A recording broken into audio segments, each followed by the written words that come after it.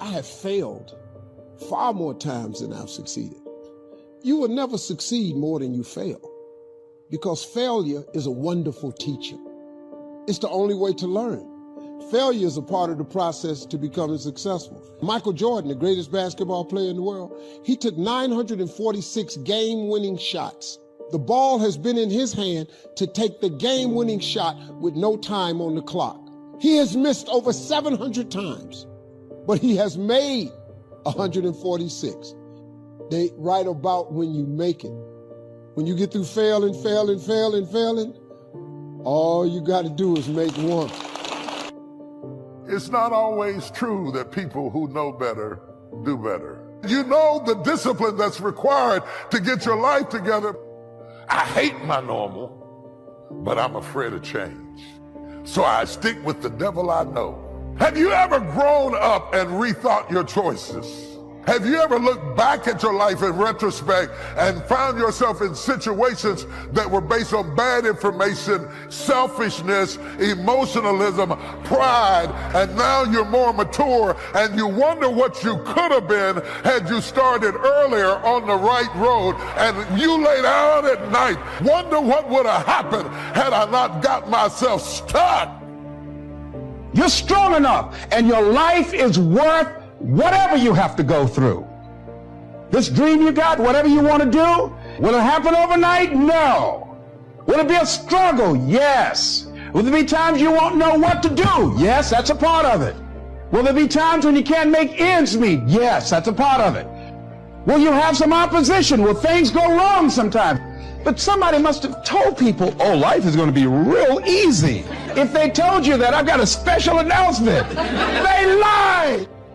Paul said in Romans, as far as you can, live at peace with everyone. It doesn't say that you're always going to have peace with every person. Some people don't want to have peace with you. David's brother didn't want peace. He was jealous. He was small-minded. He wanted to stir things up. David had to accept that his brother was not going to be at peace with him. Well, Joel, shouldn't I go the extra mile? Shouldn't I be the bigger person? Yes, but if you do all that and they still don't want peace, you need to move on. You have a destiny to fulfill. Your assignment is waiting on you. You can't worry about people that don't want to have peace with you. And I'm all for being nice, but at some point you have to put your foot down and say, you may have a problem with me, no disrespect, but I don't have time to have a problem with you. I don't have time to play petty games to try to convince you that I'm okay. Life is too short to try to have peace with people that don't want to have peace with you. Some of your relatives, you love them, but you have to love them from a distance. Don't frustrate yourself trying to make things happen that they don't want to happen. And that's not being disrespectful. That's being responsible with the gifts God has given you. My nature is to be a peacemaker. I want everybody to be happy. I'll go the extra mile 400 times to make peace. But some people have their own issues. They don't get along with themselves. How are they going to get along with you? They don't like who they are. How are they going to like who you are? No matter what you do, it's not going to be enough. They're going to find fault, be critical, try to make you feel guilty. If you keep trying to appease them, keep bending over backwards, spending all your time and energy, all that's doing is letting them control you. Be nice, but don't get distracted trying to have peace with someone that doesn't want peace. We all have people in our life like David's brother. They don't like seeing you happy, rising higher, going places. It's not about you, it's about the favor on your life. It's about the blessing God put on you. Don't take it personally. Keep your face set. You won't fulfill your destiny if you're trying to keep everyone happy. And some people that make the most withdrawals put in the least deposits. They're high maintenance people. They expect you to always be there to help them, to encourage them, to meet their every demand. But when you need something, they're never around. They're too busy. If that friendship is one-sided, they're doing all the taking and none of the giving, you need to make a change. I've heard it said, quit swimming across an ocean to be good to someone that won't jump across a puddle to be good to you. And if they get offended because you don't meet every expectation, they weren't a true friend. They just want you for what you can do for them. Those are distractions. You need to gradually break away from people like that. You were not created to be controlled, to never have any time to pursue what God put in your heart. Well, Joel, what if they get upset? What if I hurt their feelings? I would rather disappoint a few people than to disappoint God. Because when you come to the end of life, you won't give an account to people of what you did with your time, your talents, your resources. You'll give an account to God. Romans 13 says, owe no person anything except to love them. The only thing you really owe people is to love them. But if you think you have to keep everyone happy, and I got to keep this one cheered up, and I got to call this one every day or they'll get upset. I got to play up to my coworker or they won't be my friend. You are carrying a debt that you don't owe. Don't go through life trying to please everyone. If you try to keep every person happy, the one person that won't be happy is you.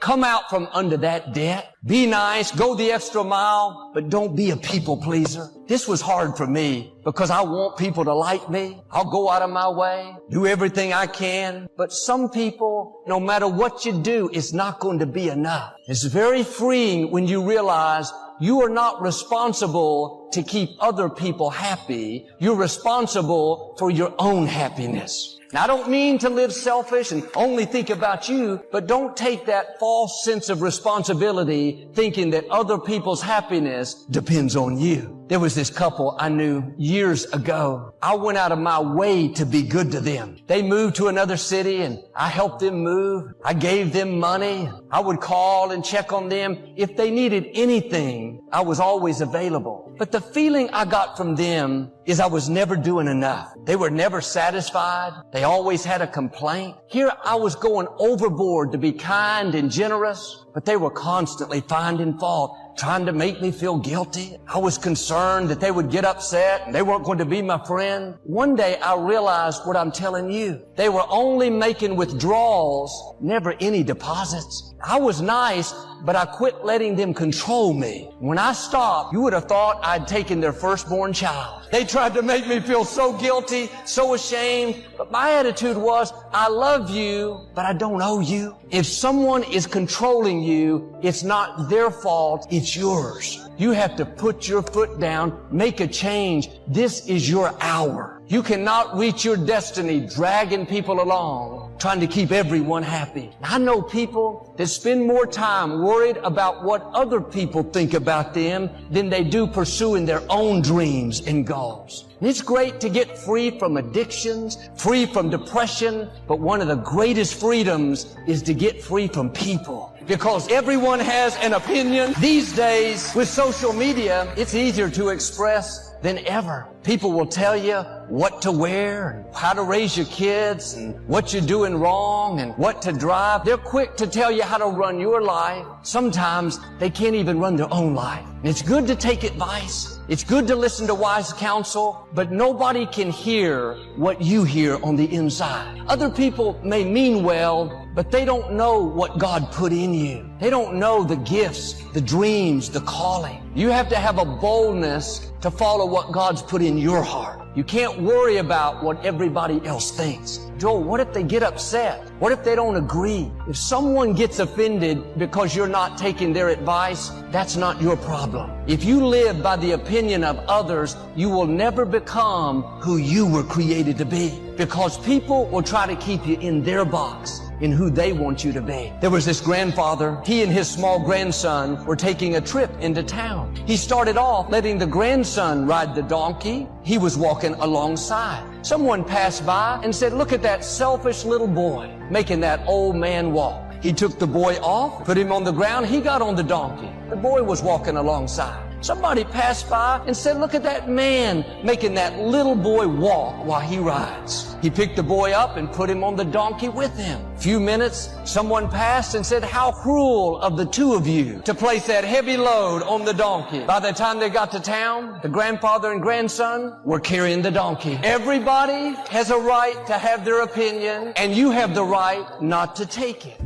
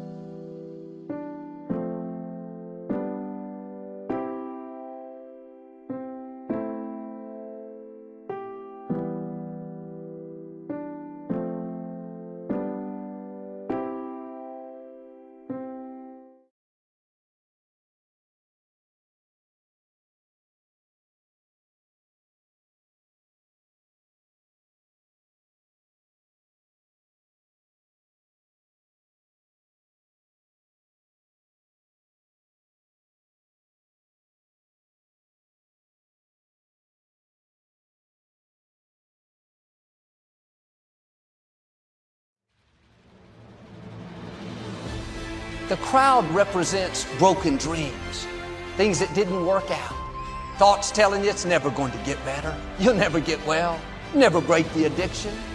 The crowd can be negative words people have spoken over us.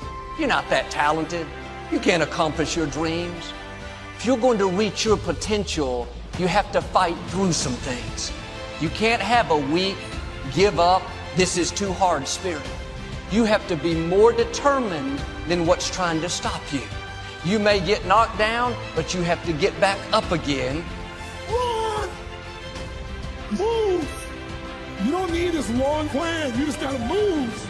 You know, we're living in a society where nobody moves anymore. The chronic excuse maker. How do you stop making excuses? This is actually pretty simple. And I said it the other day, and you have to realize, you have to know, you have to accept that all your excuses are lies. They are lies, all of them. Think about the things that you tell yourself, the lies you use to rationalize taking the easy road. Taking the easy road and leaving discipline behind. Think about them. You don't have time. That's a lie. You don't have support. That's a lie. You don't have the equipment or the gear. Lies. You don't know the best way. Who cares? That's a lie. Or you're too old, or you're too young. Of course you're too old or too young. Lie. And there's, you're too busy. Sure you are. That's a lie. And you're too tired, or you're too sore, or you're just plain not feeling it. Lies, lies, lies. And the list goes on and on and on. And it doesn't stop if you don't make it stop. I don't have time to wait for things to get better, to go forward. I don't have time for them to change the policy for me to go forward. I don't have time for the economy to come back for me to go forward. I don't have time for the stock market to come up before I go forward. I don't have time to wait on them to rebuild buildings for me to get a job. I don't have time! When people laugh at your visions and ideas, it's only because they don't have their own visions and ideas around what they're supposed to do with their life or their careers. People that don't have any dreams for themselves, they tend to be dream killers.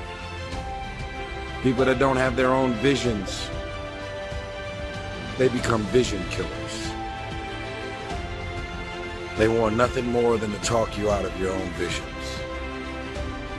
They don't have dreams for themselves. They don't have any hopes. They're hopeless. They're uninspired, unmotivated. They have no dreams. They have nothing they're ambitious about. But I want to remind you to continue to dream and dream big. When you're going through basic SEAL training, the instructors are going to talk to you, and they're going to lie to you. They're going to tell you that it's going to get colder. They're going to tell you that the evolution isn't going to end. They're going to tell you that you're too weak. They're going to tell you that the teams isn't worth it. They're going to tell you that you're too big, you're too small, you're too short, you're too tall. They're going to tell you things to try and get you to quit. And they're lying to you. But you know what else they're teaching you? They're teaching you not to listen. You hear all kinds of negative stuff out there. You can hear it from other people. You're going to hear it in your own head. Don't listen to it. They're lying. Life is always giving you a test. Trying to give you a way out. Trying to give you an excuse not to show up. You gotta have the mentality to show up every day of your life. No matter what life throws at you, it's our responsibility to show up to the Coliseum of life. Prepare for battle. I don't care what you're going through, what life's throwing at you. It's your responsibility to find your new 100%. Bounce back. You can get through this. You can get over it. It's not about excuses. We all have them. Stop making excuses and make the adjustment, because you can have what you want, do what you want, be what you want. But you cannot do it, then you're coming up with all these reasons why. You should be doing better in your life. I don't care nothing about a recession. I don't care about what's going on around you. It's what goes on in you that counts. It's what you think about you and not what others think. Don't slow down. Don't get filled up with success. Don't be so quick to pat yourself on the back and think you've arrived. Everything you've been dreaming about, everything you've been wanting in life, it's right there. It's right there. You got an opportunity, right? But in order for you to get it, it's blood, it's sweat, it's tears. You gotta want it as bad as you want to breathe. So I'm not in your life, so I don't know what that looks like for you. I don't know what it looks like to want it as bad as you want to breathe. I don't know what time you gotta get up. I don't know what time you gotta go to bed. I'm not 100% sure. But what I'm telling you is, you gotta want it as bad as you want to breathe. And you can't just talk about it, right? You gotta make it happen. When you be as hungry and as thirsty when you didn't have anything to drink, when you were starving in your life, when you get to a place that's higher and still be that hungry, still hate it, because if you don't hate it, you'll eventually tolerate it. You'll essentially start patting yourself on the back instead of going for the max. Maxing out means this: you're hungry on the last rep as you were the first rep. If you be that hungry, then you can max out your life.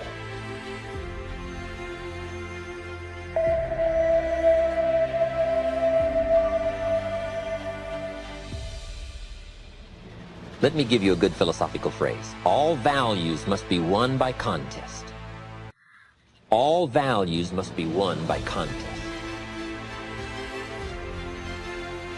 And after they've been won, they must be defended. You say, wow, you've put a pretty heavy task on us. That's what life is all about, a pretty heavy challenge. We don't give large trophies for small effort. If you want to win high health, if you want to win high wealth, if you want to extend a long reach in touching people's lives, you got to engage in some of these extra powerful disciplines. And one is to secure the territory by vigor, and the other is to defend it with equal challenge. Attack. Procrastination. Here's another good one: blame. I engaged in this a big share of my life until I met Mr. Show. I used to blame my negative relatives. I used to blame the government. I used to blame taxes. I used to blame prices. I said, it costs too much. Schultz said, no, let's cover the real problem. You can't afford it. I never looked at it like that before. Schultz said, sir, you must intellectually understand, it's not it that's your problem. It's you that's your problem. It's not out there that's the problem. Out there is like it's been for 6,000 years. You can't cure that. But what you can cure is errors in judgment, errors in attitude, errors in activity, errors in judging results. I found that the errors were within. But see, he had to go after me on that point. Here's the next one: excuses. Wow, we've got a million. I'm too short, I'm too tall. I'm too old, I'm too young. I don't have the money, I don't have the experience. On and on and on with the excuses. Learning to attack. Very important. Procrastination. That's a good one, front and center. We've got to attack procrastination because it's so insidious. It eats up such large chunks of your life and leaves you in a small corner. Putting it off. Delaying, letting it slide. Now, I'm one of the best to attack procrastination because I confess to being one of the all-time great procrastinators. I've done a lot of things, but I've put a lot of things off. Procrastination. I am so good, I could teach it, but I also know the pain of procrastination. I also know the regret that comes from procrastination. I can also show you pieces of my life missing, never to be repaired, because I let it slide. Now see, if we all studied our own lives, and we're trying to help somebody with this insidious disease of procrastination and putting it off, front and center, we use ourselves as best example, because you feel the strongest about your own experiences and your own emotions. Do you think you could help somebody with procrastination? Developing this skill of going back, rehearsing your own life, and coming up with the essence of the emotion and the experience to try to illustrate to somebody how insidious it can become and how devastating it can leave your life and what'll be missing if you let it slide. That's what we call learning to attack the problem. Now, underline the word attack. It's very important to go after the insidious.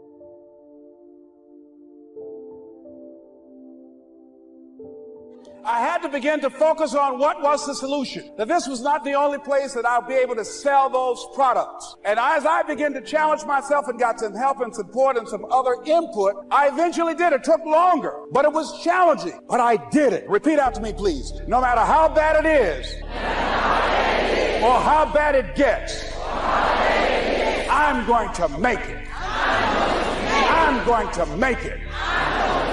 Shake somebody's hand on your right and left and say, you got that right. Repeat after me, please. It's possible. I can have my dream. I can get what I want. I must be creative and never give up. Now, let me share something else with you, ladies and gentlemen. When you know within yourself that there's something you want to do, and I believe that all of us were born with a purpose, that all of us have something that we are supposed to do, that all of us have some goodness within us, and that goodness gives us a responsibility to manifest our greatness. And when you know that, you can feel it in your guts, and you know that you're deliberately operating below your potential, you've gotten comfortable, you stop expanding, you stop stretching, you stop challenging yourself. Let me share something else with you. Not only is it possible for you to have your dream, but it's necessary. It's necessary that you have it, that you work on it, that you develop yourself, that you go for what is yours in the universe. I have a friend that at the beginning of the year I was in Los Angeles giving a speech, and I do a seminar teaching people how to become involved in the speaking business, and also one called Speaking with Power, teaching people how to begin to develop their communication skills. And this friend, I said, I want you to work with me. I called her up. She said, Les, are you sure I can do it? Sure you can. You have a PhD in communications. I don't have that. If I can do it, sure you can do it. In fact, I'm going to give you the support that you need. Here's what I realize, ladies and gentlemen. We only have enough energy to take us to a certain level, but it's necessary that we assemble ourselves with other people who share our vision, other people that can see it for us, to give ourselves a home court advantage. So it's necessary that you seek out other people who think like you, who are growing, who've decided that they are not satisfied with where they are. See, I don't believe that necessity is the mother of invention. No, necessity, in my opinion, is not the mother of invention. Refusing to accept things the way that they are is the mother of invention.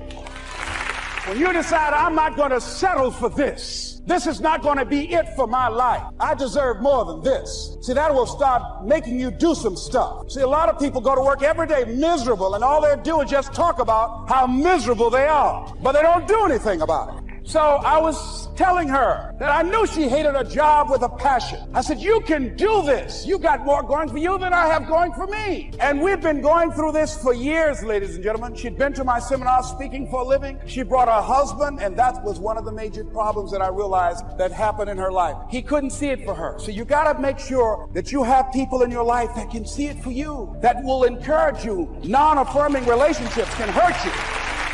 And I talked to him. I said, I don't have anything to do with your marriage. I said, you and I are good friends, and she and I are good friends. And I'm not taking sides. I said, but if you can't see it for her, don't tell her that. Just give her some support. What if you're wrong? It's possible, man, that if I'm doing it, she can do it. Well, you're different. How are you going to tell me that? You've seen her speak. She's got great speaking skills. Don't underestimate her. You don't know. You got a great woman here. But you see, people who can't see it for themselves can't see it for you. He was happy. So I said, will you do it with me? I said, I'm going to give you the support you need. You can't do it by yourself. I will stand with you. She said, you will? I said, yes. I'm going to make you a part of my seminar. You'll do a part of it and I'll do a part of it. Speaking with power. She said, okay. 3 days later, ladies and gentlemen, I got an emergency call at my office. It was from her husband. He called and said, tell Les Brown that Marion is dead. I said, oh no. When I was flying there to go to the funeral, and I remember the last time that I saw her, and I had some of her papers that I had gotten inadvertently confused with mine, and I took them home. And I was searching through these papers to do one of her works. She was a prolific writer. And what got me, what was so sad that made me begin to cry, was that there were poems that she had started that were profound poems, great thoughts that she didn't complete. Plays that she had started that she didn't complete. See, that poem was given to her. I can't finish that for her, nor can you. That play, whatever the outcome that she had envisioned, that she had imagined, was given to her. Only her. And she's the channel that was going to come through. You are here, and you are the vessel, you are the outlet for the universe. That you've been selected. There's something for you to do. I believe all of us have some purpose for being here. And as I was going to the funeral, and I was reading a newspaper that said that millions of people are dying because of what they're eating, talking about their diet. And I'm sure that it was Marion talking to me, whispering, saying, Les, the next time you speak, say that even more are dying because of what's eating them. Are you ready for something miraculous? One of the little boys that Rod Carew mentored was a guy named Conrad Rowland. Conrad Rowland was an NFL football player eventually. Rod met him when he was a little boy, same age when he met me. Conrad was the same age when he met me. And he took an interest in Conrad and believed in him. And Conrad went on to play for the Ravens and other NFL teams. He was in his off season, he was working out at the gym. Rod hadn't seen him in many, many years. He felt a click behind his right eye. He called his brother and said, I think something's wrong. His dad said, we feared it was an aneurysm. Are you ready? This is a little boy that Rod Carew mentored. At the same time that happened, Rod had a massive heart attack on a golf course and nearly died. At the same time, he nearly died. Thank God he was on the first hole and they were able to resuscitate him. And he was left with a few days to live. While Rod was in the hospital, Conrad passed away. Conrad donated a heart. Conrad was 29 years old. That heart saved Rod Carew's life, and he's still alive today. So, the lesson from that is that there's a payoff, and even if there wasn't, you should do it. But the investment of belief in people, sowing seeds of belief, that's what makes you a leader. People say, what makes me a leader? Makes you a leader is your example. What makes you a leader is you investing belief and loving and caring about people. Any one of you in this moment could decide you're going to lead, because leadership is instilling something in someone that they don't see in themselves. Loving on them, believing them, seeing their giftedness. All of you, I don't care if you're loud or quiet, big here or small here, you could be a leader. The bottom line is you need to decide you want to lead. You need to decide it's worth it. Our company's looking for leaders, and it's about your destiny. If you invest in enough people, there's a payoff for your destiny. I'm telling you right now, the more I'm here, the longer I'm here, my heart knows we're a company of destiny. We're a company where dreams come true. We're a company that stands for something. We're a company that changes lives. We're a company where dreams happen for people. You got to believe that. You got to believe you got a destiny. I hope you're hearing those people sitting with you saying, you can do this. You belong here. This is where you belong. This is where you can make it. I want to talk to you about becoming a leader for a second. You got to feel and know you're going to lead. It's not just going to happen. You have to make it happen. A few things you need to know is, listen, no one's going to do anything for you. A couple rules of being a real leader. You need to take responsibility for your own life. Bringing energy to your team. Leading in recruiting. Leading in leadership. Leading in growth. Nobody owes you anything, but you owe other people everything. That's what a leader does. You take responsibility. You know exactly right now what you're not doing. It would be criminal of you to leave here and say, I don't know what to do. You know exactly what you're afraid of. You know exactly what you've been avoiding, and you got to make a decision to change it. You know exactly what it is. Don't BS anybody. You know what you need to do different.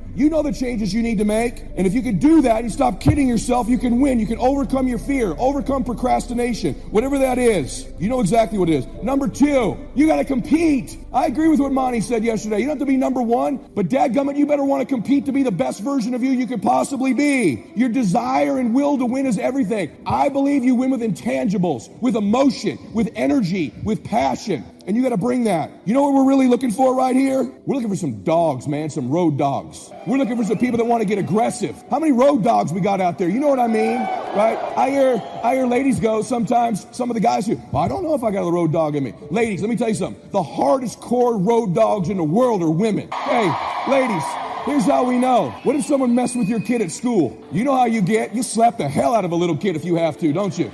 You don't give a crap. Well, guess what, ladies? Listen to me. You're letting the world slap the hell out of your family, and you're not doing anything about it. You're letting life slap the hell out of your kids and you. You're settling for average, aren't you? You're settling for ordinary, aren't you? See, you may not see the slap, but you can feel it. You need to stop letting the world slap your family around. It's time that stops right now. You say, that's the end of this. This family wins now. I'm leading this family. Change happens now. Say yes. Stop letting people hold you to your past. Yeah, man, I got what I used to do, but I'm trying to do better now. Stop letting people tie you to what they saw you do 5, 10 years ago. You can go on the internet and say whatever you want to say about me in the past. Got all that. Was who I was, but I am who I am, and I'm cool with both of them people. You got to be not all right to get all right. You got to be lost to get saved.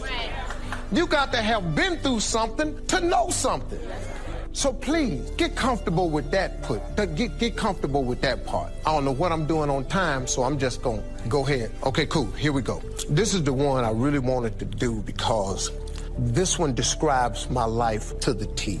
When I left college, I flunked out of college after 3 years. When I worked at Ford Motor Company, one of the last jobs I had because of the layoffs was they put me in the foundry. I learned a valuable lesson in the foundry because I used to be a foundry worker at Ford Motor Company. I'm now a spokesperson for Ford. Let me tell you how the flip went. A lot of people don't know, but in the foundry, they was making engine blocks.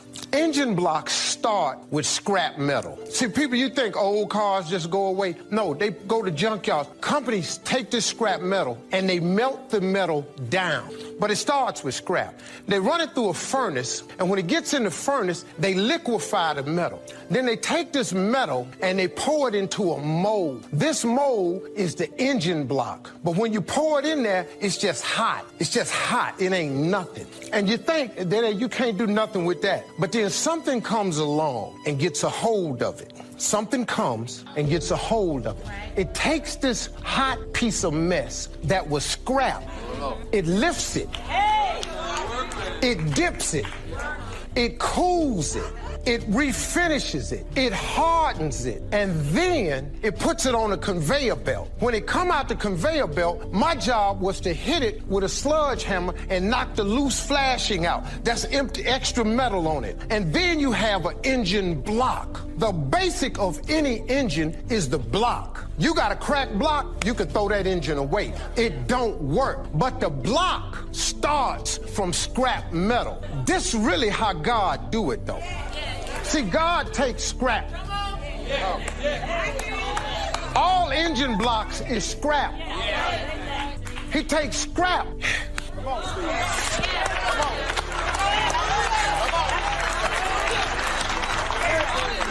He mold it.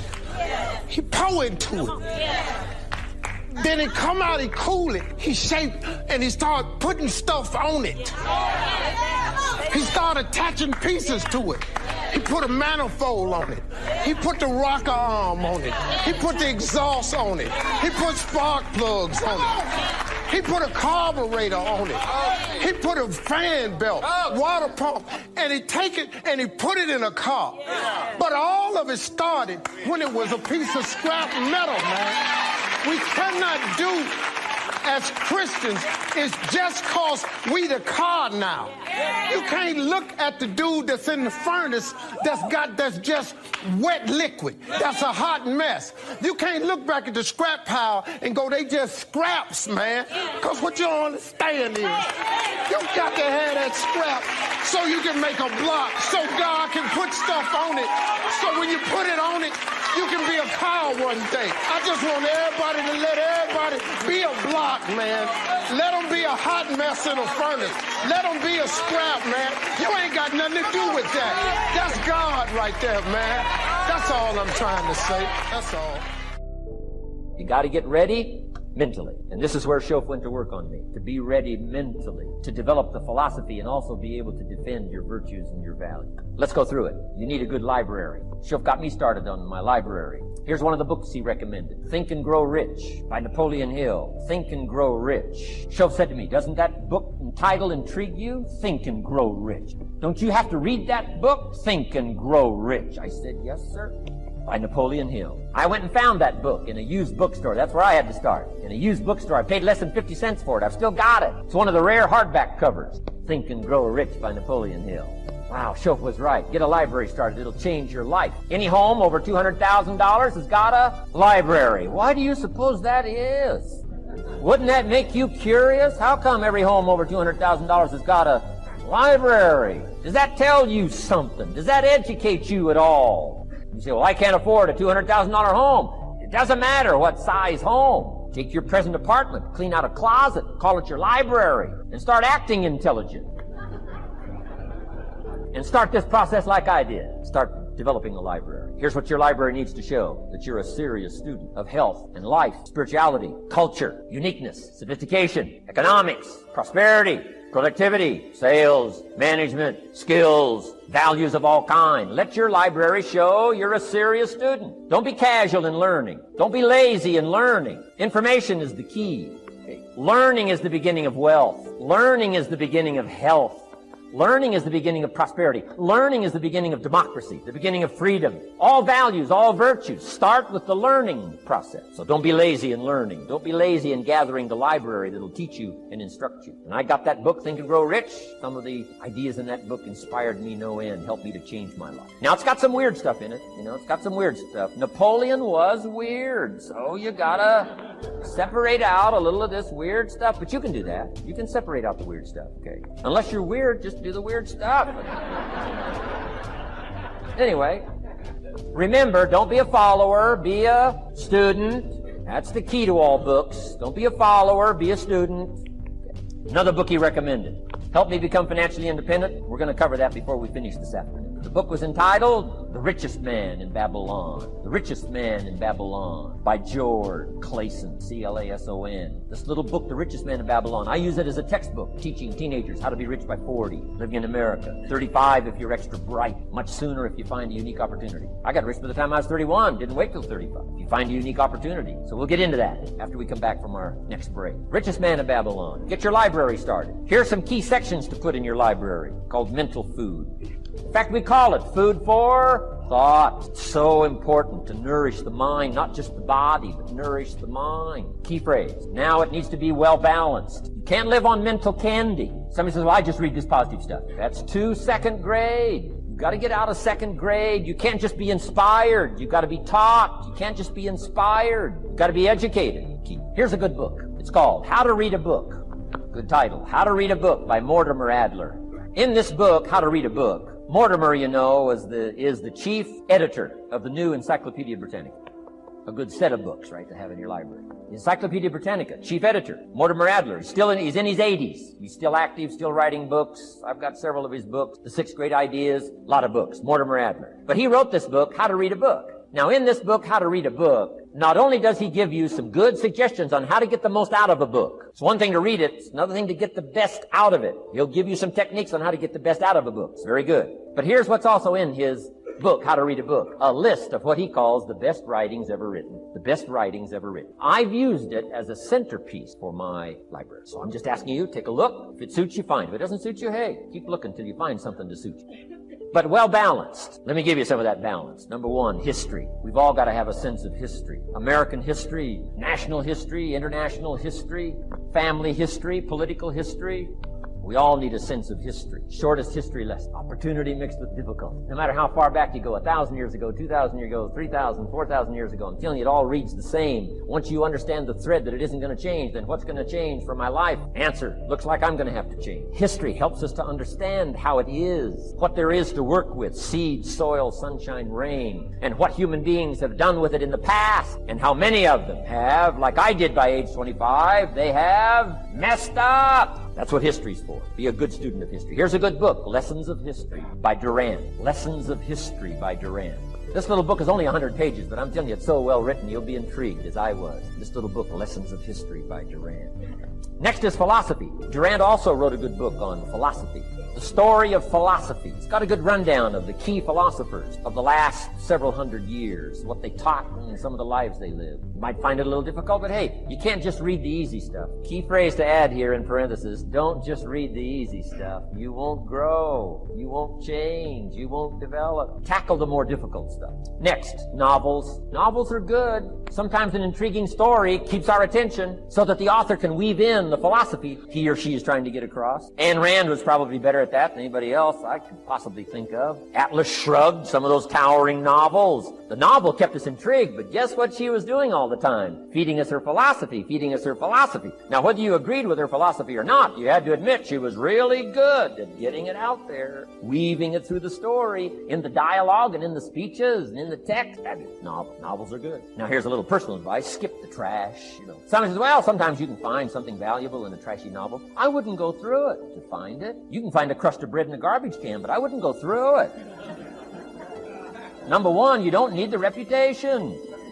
So, not enough time to read the brilliant stuff, the good stuff. Skip the trash, really. My personal advice on personal development, becoming more valuable than you are.